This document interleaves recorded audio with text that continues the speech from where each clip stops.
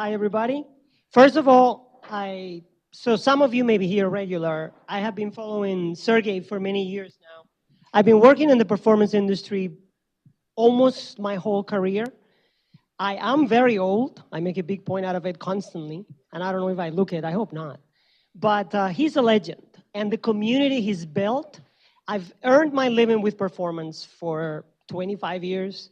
The community he's built, the value he provides, the free spreading of the knowledge is pretty incredible. I am extremely honored to be sharing today. I hope that we have the chance to do this many times. But I wanted to really call for a round of applause for Sergey and the community he's built. Yay! Very good. That was a good try, Bruce. No bad. So, just very little about myself. And the reason I want to introduce myself a little is because I do consider that I have an interesting background, a little bit unusual. Normally, you have vendors that talk about performance, even if they don't talk about their products. Sometimes you have people at companies, maybe some of you, that work in some sort of role in which performance matters. My case is both, so it doesn't happen often, but I have a background of mostly vendor. If you heard of Mercury Interactive, if you're old enough, before it was bought by HP, Compuware, Dynatrace, and Turbonomic, those are the companies I used to work for. But my most important part of my career was actually as a customer, and it was near here at the Bank of New York Mellon when I ran performance for all the LOBs. So I was on that side. I don't know if that's the dark side or the light side. It's up to debate, but it taught me so much. And what's very interesting to me is that I had been a vendor on the performance side for my whole life. And I remember my first week on the job as a customer thinking, I never understood customers. Being a customer really changed me. It allowed me to see things very differently. My first outage, maybe I shouldn't say this, I will be recorded. My first outage was a 2-hour outage that had a penalty of 200 million. So when Sergey says performance matters, it's our livelihood. It's why companies survive or sink, right? There is a good equivalence created in the market that for every second you shave off, you increase about 2% of the conversion rate of your company. 2% of a company like Amazon is several hundred millions, right? And I have a slide later on that we recently did an experience with a customer working for them for 2 weeks that actually confirmed that statistic. It's not just a number out there. I just did it. And actually every second was 2.2 conversion rate increase. So does performance matter? It's the only thing that matters. So that's me, combination of customer side and vendor. And we're going to focus today a little bit on APIs. But the truth is, APIs make sense in the context of performance. So may I ask, raise your hand. So for me, there's like 3 levels, and then the combination of all of them, which is DevOps. So raise your hand if you work more on the development side in your organizations. Okay, that's a lot of you. And are you perhaps, raise your hand if you're more in the pre-production, testing, staging area. Okay, how about production operations? Okay, good. So those are the 3. Any one of you in a formal architecture or DevOps roles? Good. The beauty of DevOps, which is just a buzzword, right? But the role matters a lot, which is when we become the umbrella ownership of an application, no matter if we're talking about development, production, or testing. And I think that's really, whether we call it that or not, what is correlated to our efforts in improving performance. You're going to hear me say a lot that when we talk about performance, it's good to do it once you're in production, but it would have been nicer to do it earlier because we would have avoided impact. So this concept of managing the life cycle, which to me is DevOps, is embedded in the message. Bless you. So why APIs? They just have a lot of importance today because we talk about microservices a lot, and because of mobile experience. So I used to work for a company that we used to have to change the code that went to the mobile devices to tag the transactions. The truth is, mobile, more often than not, and forgive me for the generalization, if you have tomatoes or rotten eggs, withhold, don't throw them, but to me, yet. But what happens is that mobile is more often than not a light client to an API call, or many API calls. It's like a light client that makes a lot of API calls to obtain information, right? Or to do things. Normally, calculations happen on the servers. There are exceptions. So understanding performance of API is the best way to do mobile performance without actually having to change anything on the mobile. It's really the most important thing. There may be problems on your device. Most companies would say that's beyond our reach. First, you need to test and optimize your APIs. Also microservices, because how do they interact with each other? Through APIs, through REST calls, through web services, right? So obviously it's very important, but a lot of the stuff we're gonna be talking about, and hopefully this is a dialogue and a conversation, because you guys, this community is very mature, so we can all learn from each other. I just happen to have the role of being on stage because I have a funny accent and it's more entertaining. So because of that, we want to make sure that we put it in the context of performance. A lot of the things we're gonna hear about are the same things we did with websites that, in fact, is not even mature yet, because my job makes me work with customers that haven't really optimized websites yet, let alone APIs. But it's really a special case of the same, and a lot of the topics are applicable. And so I say here, common sense is the most uncommon of the senses. I don't know who said it. I love it. It's one of my favorite quotes. And my life, professional life, and personal too, kind of evidence of that. Why do I say that? Because especially if you're in development, right? But as we go through some of these things, the first impression is, this is very common sense. The reason I'm in this industry for all these years is because that common sense is lacking in applications out there. It's not there. And one of the reasons this works, and the famous 3 seconds of the sessions that Sergey organizes, is because there's a lot of low-hanging fruit that is not being done. Your website or your points of interaction with your APIs could be faster. And as we said, every 1 second, 2% conversion rate. What is that for your company, right?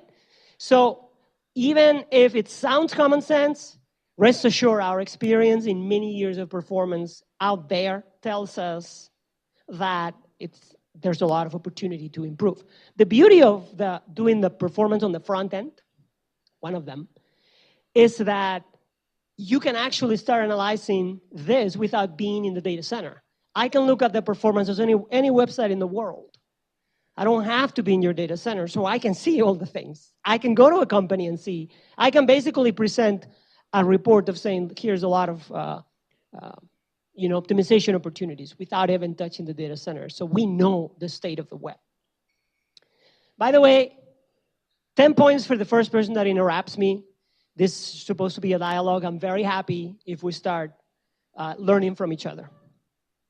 All right, so what we're saying is that APIs today are going through a process in which we are realizing we're making similar mistakes to the mistakes we made with websites. By the way, this is normal human nature because of the definition of our roles and the fact that after all these years, performance isn't really thought of from the get-go. It's an afterthought. I should be happy because I live off it, but it's kind of surprising to me, right? It's a little bit, I was talking to my boss the other day, who's also a good friend of mine for many years, and it's the same as the health industry. Performance is exactly like the health industry. It's not built into your habits. The society does want you to get sick and spend billions in treating you. This is exactly what it is. What I believe in is move it earlier. Develop with this in mind. Be healthy, in other words. Not when you're 65 and say, maybe I should stop smoking. but now or earlier, right? So some of the things here, if you read them, I don't like reading slides, is basically around 3 categories. The size. So we're going to see things that have to do with the size of the data that I'm requesting through APIs, the data that travels, the network or the geography, and the caching. These are the 3 categories that you can read here. Even though there's more than 3 points, they fall into one of these 3, right? So today we see easily, it just happened to me yesterday, working with a customer, that the response sizes are bloated, or we have too many round trips, or we haven't even thought about the geography of my users that happen to be in Australia or something like that. And I'm talking about APIs, right? This is extremely common with APIs. And we'll see later, but something like bloated response time is not intuitive because there is perhaps a myth or an understanding that APIs are light versus a full website. And the truth today, as we will present hard data, is that that's no longer the case. So why did we get to this situation? Mostly because we didn't think of these things, because we have deadlines, because we don't think of performance from the get-go. It's exactly what I was saying of the health industry. But some technical reasons is, as I said, we think it's just text. We think it's small and nimble. We perhaps use default implementations and settings, and we don't really consider geography because maybe in the development phase it's not even brought up.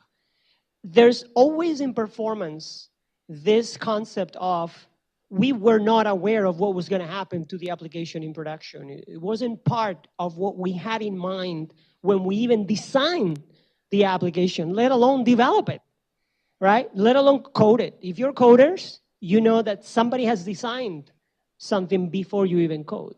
And most of the times those designs don't even take into account the volume, the scale, and the geography of the application in production. This is most of the revenue-generating applications today. So I have the many examples, but I picked this one because it's very, very recent. And I want to create this impact. More than learning the specific techniques, which is there's some good advice coming, but it's really, what I'm interested is in energizing everybody to care about performance and to realize that we have to have this in mind. So this is a retail that came to us 2 weeks before Black Friday, and they were worried about their average response time because it's not competitive, right? 12 seconds. And they have all the tools in the world that have to do with performance. But this is the situation. 2 weeks before we wake up, oh my God, our competitors are going to crush us. They're going to have an advantage against us. So they came to us to see what we could do to help them. The beauty of this, and a lot of this was API work, and a lot of it was also websites, but a lot of it was also API, right? The beauty is that we sat with them, we hand-holded, and we were able to shave off, in only 2 weeks, 5 seconds. What I'm trying to say here is that the series of practices that we're going to learn here matter, and performance matters. Perf matters, even though it's not used anymore, is actually my favorite, because I don't think it has actually been accepted or digested in the community. And the truth is, we were able to extrapolate this to an 11% increase in conversion rates. Does it matter? It's the only reason that company exists, to have conversions. In working 2 weeks, caring about performance. This is not about which product we use. In fact, it was our expertise. It was people. It was humans. The point is, not only matters, it made them have a tremendous holiday, even though this is still not fantastic. It was way better, and they were up 11%. And a lot of it is the work you will see. And when you see it, I don't know, okay? I'm taking a little bit of a risk. But when you see some of this and say, really, that's too simple. They were in the same situation. And this is one of the best known retails out there. And you would imagine these things were already optimized. But the bottom line is these things are not optimized. Again, common sense, the most uncommon of the senses. Since we don't know who said that, you can say Francis Cardone is the source of that quote. All right, so here's the 3 pillars we're going to dig into. And these are the 3 categories that I mentioned earlier, right? Account for geographical differences, right? If I didn't have the mic, some of you at the back will have a harder time hearing me, right? The size of the data, the bigger it is, the more of a performance impact you're going to have. And maybe we don't even have to make the call to begin with because we can leverage cache, right? These 3 things. The bonus that I have is whatever best practices we're talking about, my emphasis is to preach out there to the industry that we should do it early, that we should move this early. So I like to say that what I do is management of the life cycle of the digital experience. You can call it also performance, which is what I've called it all my life, but it's managing the life cycle. We want to do it from inception.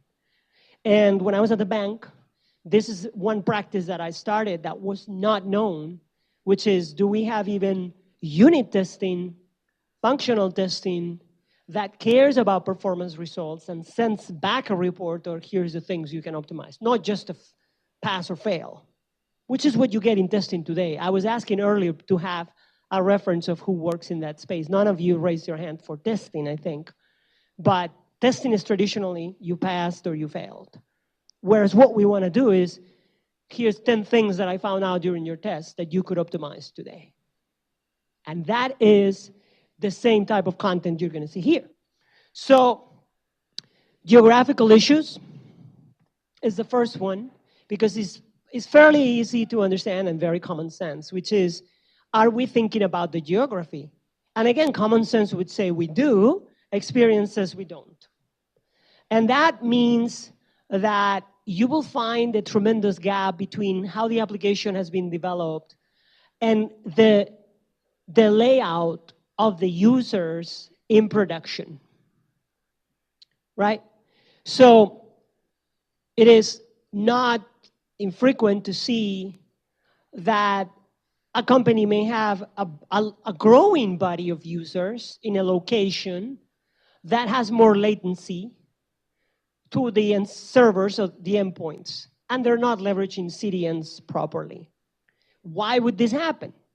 One would think this is an outrageous mistake, but it happens because of the way companies grow.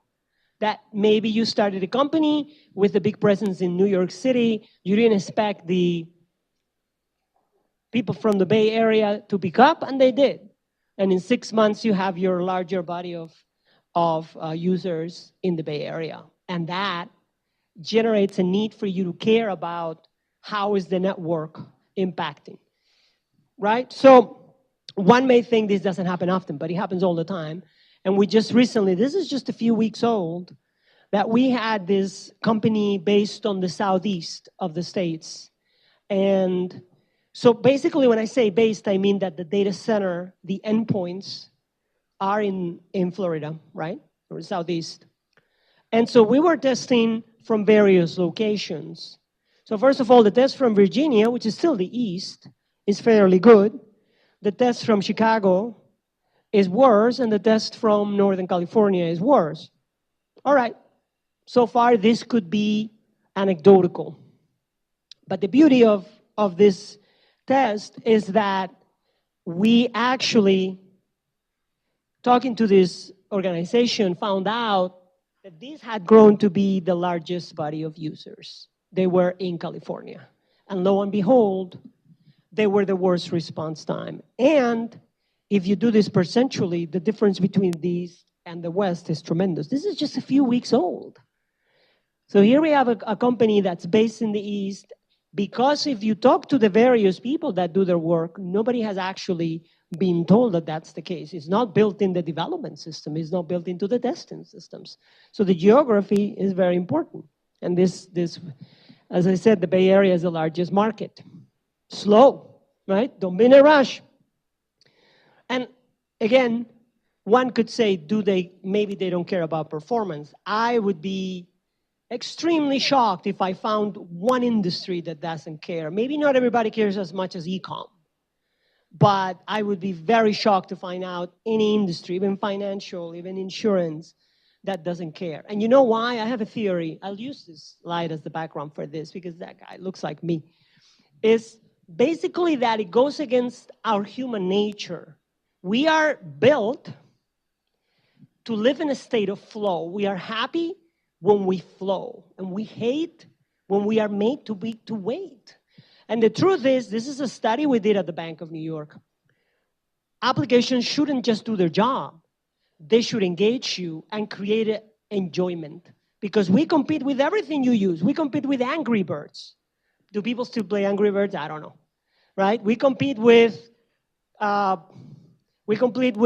anything that you could be using in front of your computer that actually gives you a sense of enjoyment. So lack of performance breaks that state of flow, which is inherent to the human nature. I don't care which industry, it's going to be bad for you. But if you're in an e-com, or if you make money through conversions, then it's even more direct. But by no means the only one. Okay. Yes, 10 points in terms of before, comparing to before. Yeah, yeah. It makes a lot of sense. And so he's asking about, there is a surge these days of companies that do static content generation, correct? A static site generation. So, and it has to do with this. I think there's a lot of studies in which, and you're going to see a little bit more of that later, but when we talk about CDNs and all of this. But I think it's normal. I think it's completely natural. Do you work with any of these companies in your organization today? So one thing I love about what you're saying, which is going to come in handy when we talk about cash, so thank you for the segue, is that you have to think about what your website is about. And there is a misconception that everything should be as dynamic as possible. And the truth is, that's costing us a lot. You'll see exactly your point in a slide later. He didn't call me last night to prepare, so this is a very, very nice, I call this synergy. And what it is that many of the websites out there or applications that are serving revenue generating purposes, if you really think about it, don't need to be fully dynamic. They could have a refresh rate that is less. That there is a little bit of an obsession of, is it real time? Does it refresh every 1 nanosecond? Why? Because you heard that it has to be. Like maybe if I'm giving you temperature, weather, you may think, well, weather has to be real time. Yeah, but I mean, if it's 45 degrees now, wait a minute, what was 40? Is it still 45 degrees? Is it still 45? So I don't need to refresh all the time. This is why I believe in this. And this is the same thing that we're going to see with the cache. Exactly. Very good. This was not staged, people. This is completely spontaneous. I have 10 points for the next person who raises their hand. So this is very good. Thank you for starting it. All right. How did this happen? Again, because it evolved in a way that we did not anticipate. And this is almost universally true. Many of the companies, I don't know how long have you been working. If any one of you may be like more of a founder of a company or one of the original employees. But if you work for a company that has a decent amount of revenue, which is probable in New York, those companies, a couple of friends started. They never thought it was going to become. And what do you think? That they don't need a platform when they start? You create a platform. And that platform doesn't really scale to what happens later. This is number one situation in performance. So we're trying to tool on top of it instead of going back to the beginning when the applications were designed. Because the design decisions are the hardest to change, the most expensive to change. So anyways, there are very good reasons why this happens. So you can't see it here, actually, because of the projector. But when we build these slides, we're giving an example of a site in the United States and going all the way to Spain, which is because I'm from Spain. So we had to put some reference to it. And it always, whenever Spain is part of it, it always messes up performance. Something goes wrong. So that's the effect that my breed has. And what the solution was to have a CDN nearby. So CDNs are actually a way to localize this. Think about it. If you were just taking what I'm saying at face value, you would say, okay, Francis, then you want a data center in every location where you have users. That's the logical conclusion. If I'm making API calls from that nice phone down there, right? If you're using any application, that's an API call or many API calls to some server. According to what I said, the server should be here in the city to give you good performance. But if you have users all over the place, think about the map that Sergey gave us, something like that for many companies, right? How do you do that? You're not going to build a data center. So CDN is really the answer. It's the way to put some proximity to your users without having to build an endpoint. And this is a very easy solution that you would be surprised how many times it's not even used or not used properly. And one of the things that we did with the experience that I was describing earlier was actually the CDN. That was one of the big reasons we brought down those response times. I think it's even more important in APIs because in APIs, especially when you talk about mobile experience, the variety of users skyrockets when compared to you knew that you had an office in California. If you are selling black shoes and I start having people buying black shoes from Austria, it's a good thing for me. I'm not going to say no, right? And if they're using the mobile, it's a more, there's more chances that I will have this geographical problem. All right, I'm going to move a little faster now. And this guy happens to be Angry Birds. The second time we talk about these guys here. And they are getting big, right? So, interesting. If you work with APIs, you know this. But if you have an idea of what an API is, you may not have a realistic idea of the size of these things. So the HTTP archive says, as of September, that an average, the web out there, you know, organizations can see the web out there and say, the average website is, or web page, is 3 meg, 3.3 meg, right? Okay. So most people would say API calls, in contrast, would be very, very small, right? I'm talking about the data they generate, the fetching of that data coming back to you. But what we find through data that Akamai gave us, one of the sponsors that we talked about, and these are some samples that we found on API calls out there on the web. Obviously, XML is going to be a little, SOAP is going to be bigger because it's more verbose, but these sizes are nothing to be, they're not trivial. These are not small text files, right? Or they are text files, but with a particular organization, but they're not small, right? So I think we forgot, because when we started with APIs, they were very light, right? And we said, well, we use JSON, which is very efficient, and it is, actually. So why worry? And we started putting more stuff. It's like when I moved to my house in Rockland County, and I had this big house, and I had a bed. And then 2 years later, I don't even have room for my cats. What happened? Stuff kept being added, and nobody took time to purge what was not needed anymore, right? So, example, this is, trust me, complete random. We could have found thousands of examples that are more spectacular than this. This is complete random. So here we have a response time of 1.1 second, but this is a JSON of 18,000 lines. So this gentleman at the back with the phone is using the API, and he's getting this for one click. He's getting 18 lines of JSON, 18,000. This is what is going through the airwaves to your phones, and this is what applications are managing. And this is a very small one, because I gave you earlier examples that were many megabytes. Conclusion, APIs, Big, grande, very big. Good. So why are they big? Well, when you start looking at it, there is a lot of data bloat, there is a lot of duplication, there's a lot of null values. These are just some things we found. It really is many examples of these. Like these APIs have become crazy. Maybe you work for an organization that has done a very good job at keeping the hygiene, is what I would call it, of these payloads that are going back. And so, good job. But it's unusual. And many times they're very big. So obviously we should have that, but the problem is it's a lot of work and it's very expensive to review these and see what should be there or not. So the logical answer is to compress. And again,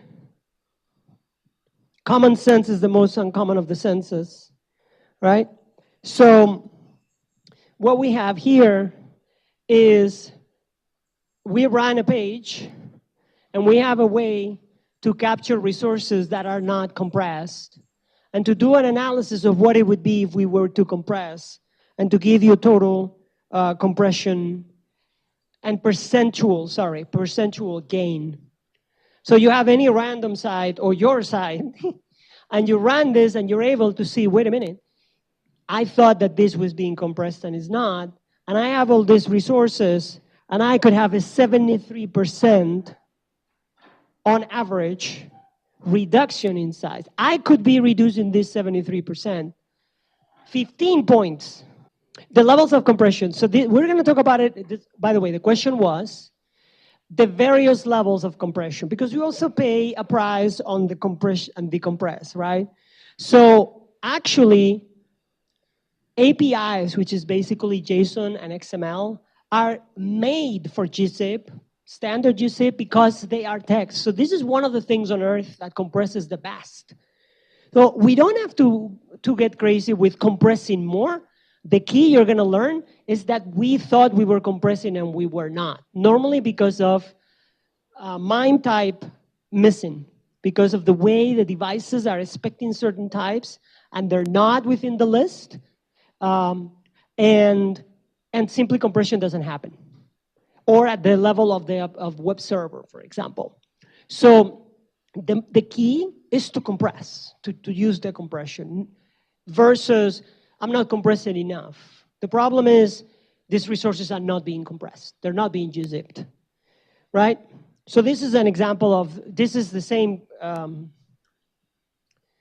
call, one of the calls we saw before, and it's 2 seconds.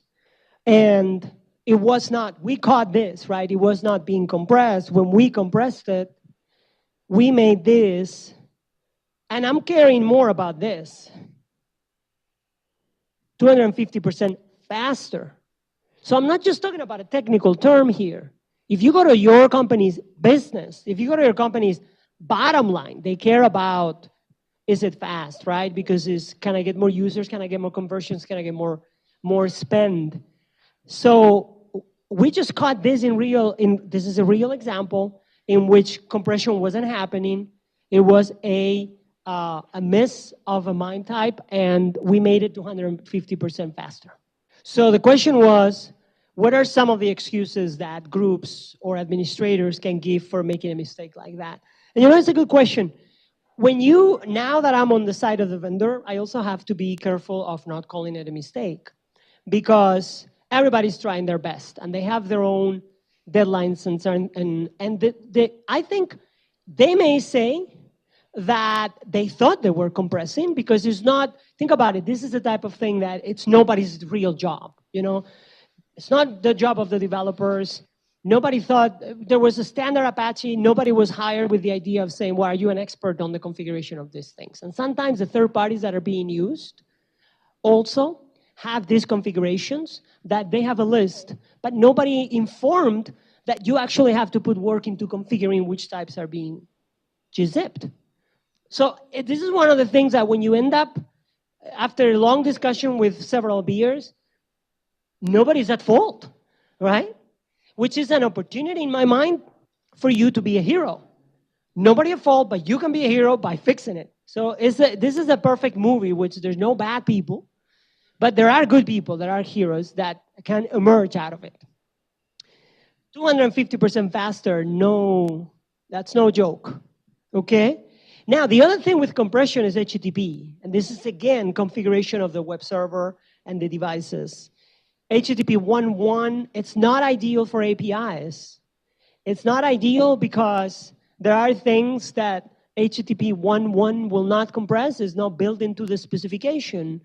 The request bodies for posts, and the headers, and from a connection standpoint, it's linear or serial. So, you know, as simple as moving to HTTP 2, which is in many cases, and in many cases with a web server is a switch, which is made for APIs. And all the disadvantages that we saw earlier, the compression of the requests, of the bodies for requests or the headers, go away. It's multiplexed, and you get the additional value of the security, of the encryption. And this is an interesting thing, because if you see this example we found to show you here today, this was HTTP 1 and HTTP 2, but in this case, they were using gzip. So this is just by the protocol that they were using. And this was one of the previous slides. I didn't spend much time, so this was a low-hanging fruit. If you find you're using HTTP 1, especially for APIs, you need to make sure that from an administration standpoint, from an architectural, I would say, and configuration standpoint, you are using HTTP 2, which we call lovingly and endearingly H2. Okay, so what we learned, one is the geography. Be close to your users. If you cannot, put someone that looks like you, CDN. But the other lesson learned was test with this in mind, optimize with this in mind. The second thing we learned was the sizes. Now we're going to talk about the caching. This is going to be very relevant to you. And so this is a little misleading. So APIs are slow, and there's some creature here from a different planet. But what it is actually that it would be better if we assumed APIs were slow, and we shouldn't make them. We shouldn't make the calls. Raise your hand for 39 points. How do you not make a call when you need data? What's the solution here, technically speaking? By the way, I give 39 points regardless of the answer because he had the guts to answer. That's correct. That's caching. That's caching. So if you are caching data, you don't have to make the call. So what we're trying to say is if we had from the get-go the mindset that let's only make the call when we really have to, and let's get together and decide when do we really have to, like the example I was giving earlier is, do you need to your users that are using the weather application for the temperature, do you need to give them dynamic data every 2 nanoseconds? So we're going to try and cache whenever possible. In other words, the best API call, the best, is the one that doesn't happen because you don't need to make the call. Admittedly, your applications will have no place if they didn't make API calls. But let's have this mindset so that we do as much cache as possible. And when we cannot, the other two principles, which is geography and sizes. So we discover most things are not most things, but many things are not being cached. So we want to cache because of performance and scalability. Scalability is important, you know. Scalability is one of these topics that is many times compared to performance is like the same, but it's not. You may have performance problems without having scalability problems. I can have a call right here to a server, and I'm the only one making it, and it's still bad. Maybe because of the front end, maybe because of the back end, or maybe because of the network. But that's not scalability problem. Scalability problem is when you and I start a company, and in 2 weeks, we did an IPO for $3 billion, and we wish, and we have millions of users. And neither our infrastructure or our application had that in design, right? That's a scalability problem. And the cost is interesting. How many of you think this way? I like this a lot.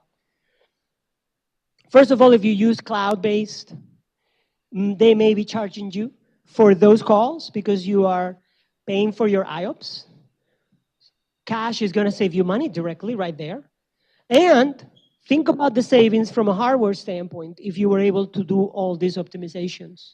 This is actually very important too. And when I was doing this as a vendor before the bank, I always thought I can create an ROI story, return investment story, just based on hardware savings if you were to optimize on the application on the front end side. Because, and you may not be so, for those of you in operations are going to be more familiar with this, but on the production side, organizations are throwing resources at these problems without understanding what to really do. Because it's what you can do, is with the language you speak, double the memory, put new servers, and all of that is okay. But in the end, nothing beats optimizing the application where it has to be optimized. And if you do these three things, those savings may even prevent a hardware spend that could be millions. 29 points. Yeah. So the question was, what if we could do WebSockets and doing that instead of round-trip API calls? Right? So from a network standpoint, round-trip calls, they're expensive. So you have to first negotiate, and then you make the request, and you have the window size, and then you have the payload coming back. And it also have because we do TCP for everything, right? So we have to confirm, so we have the confirmation that, hey, I'm getting all the packets. So we, in fact, have been working with the WebSockets, I don't want to call it adapter, but it's sort of a monitor hook, right? Because we see it more and more out there in the industry. I don't think by using WebSockets you're solving all the problems at all. But I think if you have a chatty by nature application, we want to minimize round trips. There's no question about that. And I used to do that more on the back end. The front end is the same story. So I think what you need to do is profile your application and understand the chattiness nature of it.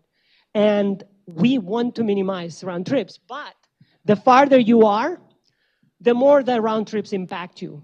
The closer you are, the less you're going to notice that. So I'm going to move a little faster. This is the question of, many of you may be thinking, you're advising me to cache, but Francis, I cannot afford to cache. This is not cacheable.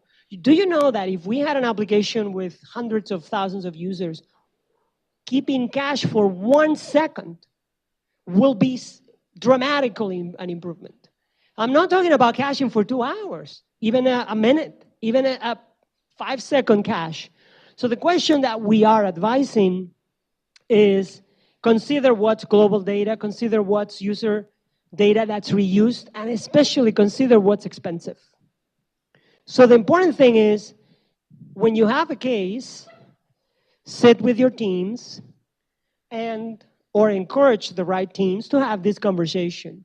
When, for the type of information we provide, what's the right refresh rate that's appropriate for the user? So raise your hand if you check on your phone Reddit. You guys are healthy. I'm hooked, right? And I have like, I don't know, 10 channels that I'm subscribed to. And if I check in 10 minutes later and there's nothing new, I'm going crazy. It's like, oh my God, I got to subscribe to a new channel because I don't have enough. So do I really need it for my productivity? For my mental sanity? I don't think so, So the question is, probably minutes for temperature is enough. Probably minutes for it's raining or not is enough. And if you are in the line of a hurricane, maybe it's good to have 1 second refresh. But most companies would have decided that everything is seconds because it's weather. And the point is, maybe not. Maybe temperatures is not. In other words, cache. And also use conditional GET requests because you can build the logic of what, through the e-tags too, for custom validation. when do we need new data or not. This exists. There are a number of mechanisms like conditional requests for us to make pretty sophisticated logic in our applications. They don't have to be stuck in, one type of request. We're going to start reducing the dynamic aspect to the user. I don't think users even have to notice just by doing caching correctly. The question was, can you explain what we can achieve by using conditional get requests, right? What we're trying to build here is, you're saying that you can't cache, but we still want to push for avoiding the backend generation. Caching basically avoids the trip, but also the backend generation. Think about it. It's a lot that we're saving. So the conditional get request is just build logic so that we have some cases in which we can do it and put it, for example, put a time constraint, some sort of a timer, or a condition by which we can determine when I go and make a new backend request and when I rely on the cache data. So you have cache, you have the ability to go, and I build some logic to say, if the user didn't do it in this X time, or if this is a new type of request, or if it's a new user, do it. Go to the backend. So it can be pretty sophisticated. I can build the logic, and the more, this logic is not expensive compared to the actual backend trip. So the more I use that, the more chances I have to catch cases in which I am avoiding the backend trip. So we talked about compressing. Basically, make sure you are compressing. And there are tools and there are ways to see if you are compressing. Don't rely on what you thought was happening. We talked about using HTTP2. And the bonus was get encryption. We talked about the geography and making sure that you either are close to your users or you put a CDN close to your users. And we talked about really, and perhaps the most important of them all, we need to design around only going to the backend when we have to, only making the call when we have to. And the bonus one I add is whatever we're learning here, we apply as early as possible. I believe performance should be embedded in development, unit testing, functional testing, load testing, user acceptance testing, production. And if you can come up with a name for another stage, also. Okay? These are the main elements. Now, I have a little bit of a bonus here. Hopefully, you still have the disposition to hear a few more minutes. To give you a way, if you are working with APIs, we have a proposal that you can play with this free tool, but I mean free. Like free is not going to ask you, send, for instance, your credit card number, but it's going to be free. It's free. And it's very nice because you can build your flows and basically keep an eye on your APIs. So we really want to educate the market out there and be thought leaders more than anything. So we have a suggestion, if you wish, to play with apitester.com, right? I started playing with it just about a month and a half ago, and it's just fun. So basically, you can set up your test. Again, this is a website, a domain that we built just to make sure that the market, because our interest is to tell people APIs need performance too, people. So it's about creating a mindset. That's why we want to flood the industry with this, and this is free. So create your test. It's very easy to use. You just go to that apitester.com, and you can share it with other users in your organization, and you can have a series of tests, and you run them. This is fairly manual, but still very valuable. So you can have your business categories. These are transactions, API calls that correspond to a user action, and I can see the results, and I can run one or two or something and share it with other users. So I encourage you to try it if you have anything to do with API testing or optimization. But honestly, if I want you to remember something out of this, because we want to create this awareness. These may look like common sense, but they're not being used. Test early, optimize early. Focus on size, geography, and caching, which was your point. Comments, questions? You can ask me questions. How do you say in Spanish? Oh my God. That's 47 points. By the way, my system of points is very scientific. There's nothing random about it. ¿Cómo se dice? Very good. Excellent. I'm very impressed. Cash in España, we call it cash, but without the e. It's cash. Cash. But I don't know in Latin America. I'm from Spain, so we call it cash. Good question. I love it. That's my favorite question of the month. Yes, sir. Okay. The question was, how much time do I have to invest to implement these optimizations in this specific product? So, you know what happens in performance? It has to do with Sergey's practice on these sessions. It's fairly easy to start optimizing and have dramatic results. If you have ever studied a new language, raise your hand if you studied a new language. I know you have. Good. The first few months, you progress really fast. So you may not have a need to reduce from 10 seconds to 1.